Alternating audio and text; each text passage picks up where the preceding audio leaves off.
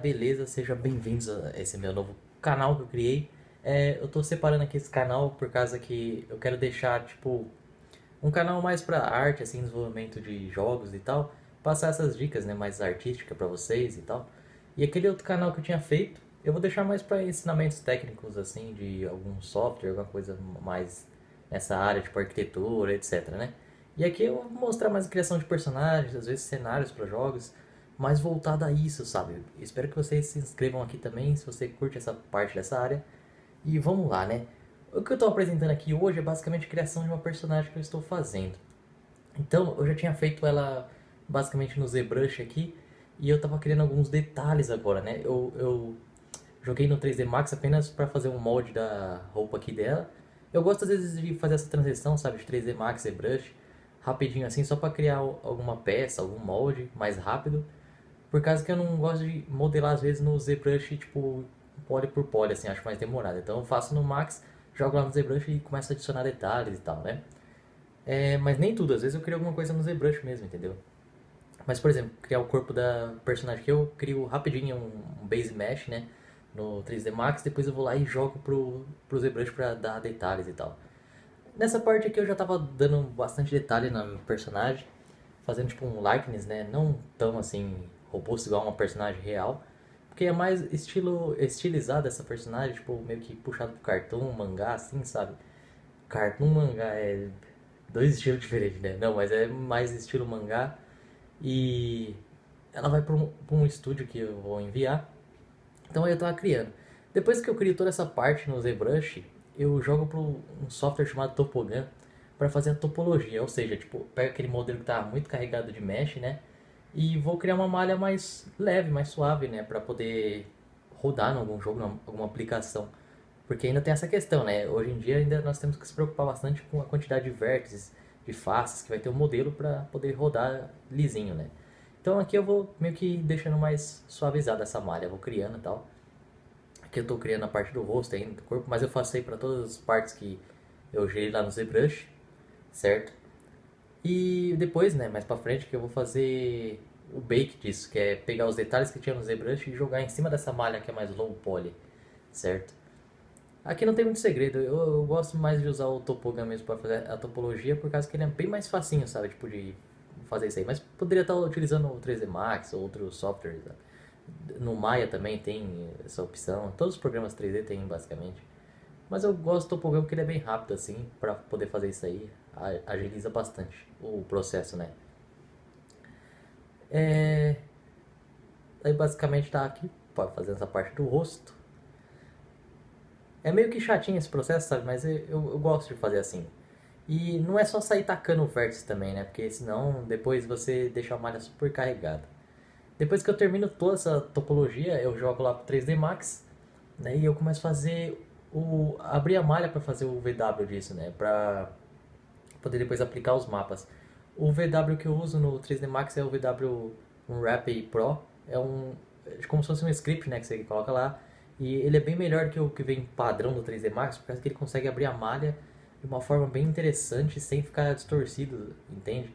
Por causa que o que tem do 3D Max normal, assim, que vem junto, você abre a malha, mas fica aquela coisa distorcida e acaba prejudicando a textura mais pra frente, entende? Por isso que eu não gosto dele. Se você quiser usar um outro alternativo também, existe vários softwares que abrem malha e tal. Eu preferi usar esse aí, ele é bem simplesinho e rápido também para abrir a malha.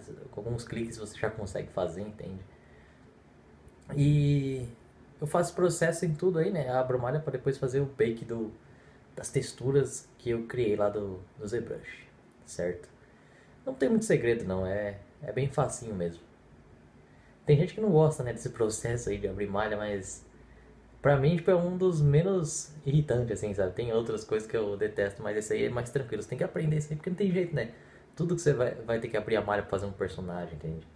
Se não é uma coisa mais cinemática, assim, que você pode fazer um mapeamento diferente, né? Daí varia um pouco.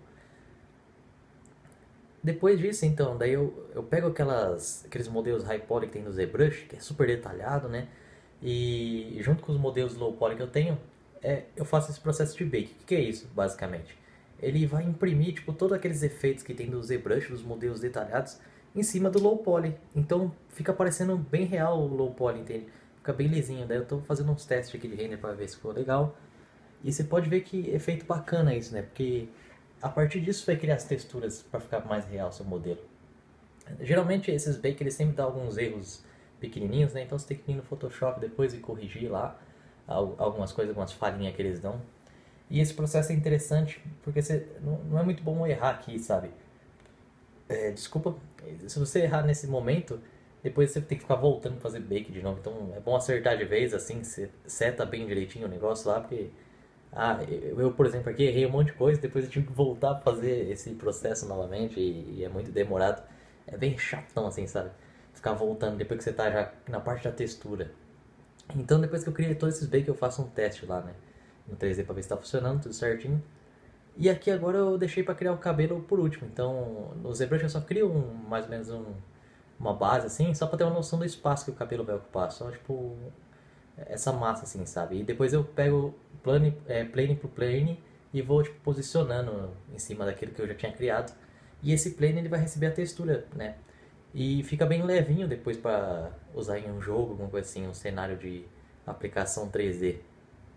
É, e o que, que eu faço antes, né? Eu crio esse plane, coloco algumas poucas linhas e eu abro a malha dele antes. Então depois é só ir posicionando, rotacionando. Esse processo sim, tipo, eu acho mais chato tá? De criar cabelo. Eu acho bem mais chato que fazer abertura de malha e tal.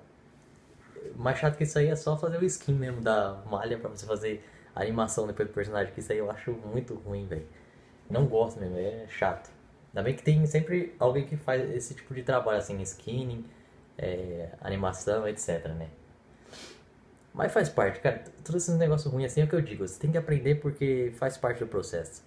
Você não aprende, daí fica chato aquilo, você não desenvolve. Aí depois disso aí, o que eu faço? Eu abro eu posiciono, já tá aberta a malha do cabelo, né? Eu só posiciono uma em cima da outra, porque eu descobri uma técnica bem interessante para criar cabelo, e colocando assim, no Substance Painter depois, você consegue fazer um detalhe bem legal. Aqui, o que eu fiz? Eu tô fazendo o ID Map, que é para jogar no Substance Painter.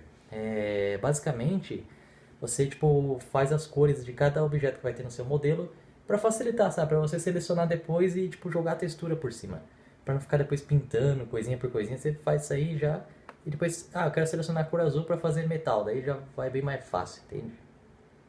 Aí eu tava querendo já o cabelo, eu joguei no Substance Painter. Olha lá que bacana, o resultado fica bem legal fazendo aquele tipo de abertura de malha no cabelo. E aqui eu tava fazendo uns testes, né, pra ver qual qualidade vai ficar mais interessante. Eu gosto bastante dessa técnica de criar cabelo, mas existem várias outras também que você pode estar utilizando. Eu tô curtindo essa aqui bastante. E aí eu tentei fazer um opacity, só que como eu posicionei só por cima assim os cabelos, então ia ficar bem ruim o efeito. Aí depois eu fui deletar essa parte de opacity, que é a transparência dos fios e tal. Deixei inteiro mesmo a textura lá e já era. Comecei a fazer alguns testes, né, de render para ver se o cabelo ficou interessante. Dentro do Substance Painter tem um renderizador chamado E-Ray, que ele já tinha no 3D Max, foi excluído lá do 3D Max, sei porquê e tal, né? Mas ele é bom pra você fazer teste de render já para ver como está seu modelo. Aqui eu continuo texturizando algumas partes das roupas e tal. É bem simples mesmo, é bem rapidinho esse processo. O Substance Painter ele agiliza bastante isso aí pra nós, que cria personagem e tal. E depois eu vou fazendo alguns renders pra ver se tá bacana, legal, né? Não tem muito segredo não essa parte, basicamente. E algo bem legal agora, por exemplo, aqui eu já mostro o processo dela feita inteira, já finalizada, né, dentro do Substance Painter, já tudo texturizado, bonitinha, pronto para o cara fazer o skinning, depois a animação, colocar bones, essas coisas assim. E a questão da pintura assim do rosto, tipo da textura, você vai fazendo manualmente mesmo, sabe, pintando e tal. É bem simples. Acho que mais pra frente eu faço algum tutorial explicando mais de uma forma minuciosa como fazer isso aí exatamente. E olha a qualidade que o Substance Painter dá, cara. Eu acho bem bacana porque ele deixa bem realzinho o modelo. E esse programa veio pra salvar mesmo, porque quem é de antigamente sabia que era muito difícil fazer isso aí no Photoshop.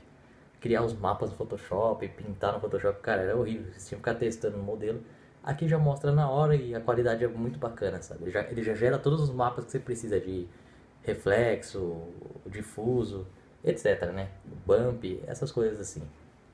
E daí eu fiz alguns renderzinhos pra ver como que ficou, basicamente, né? Pra ver se tem algum erro, alguma coisa assim e tal. É importante lembrar que cada renderizador tem um estilo mais ou menos diferente, né? Às vezes, por exemplo, aqui tá mostrando desse jeito, mas dentro da engine da Unity, por exemplo, da Unreal, vai sair diferente, ou no 3D Max. Então é importante você ver mais ou menos como que fica só, mas de renderizador para renderizador às vezes muda um pouquinho, né? Alguma coisa assim, certo? Então eu tô fazendo aqui alguns testes para ver se tá bacana, se já dá para enviar. E pelo jeito ela ficou interessante mesmo. Eu já enviei pro estúdio que eu tinha feito. E em breve eles estão fazendo um jogo aí, não sei, é um estúdio brasileiro, tá? Então eu espero que dê certo lá o jogo deles, fique bacana e possa ser um sucesso, né? Eu não vou falar muitos detalhes sobre o jogo desse estúdio, né? Eu espero que eles mais pra frente divulguem e tal, né? Então é uma questão deles assim, né? Só fiz o personagem e tal. E essa é a personagem principal. E aí eu fiz um renderzinho no V-Ray mesmo, pra ver como que fica. E essa aí é a imagem final dela, né? Eu espero que vocês gostem. E é isso aí, pessoal. Se inscreva nesse canal, porque se você quer ficar inteirado nessa área. E até mais. Falou!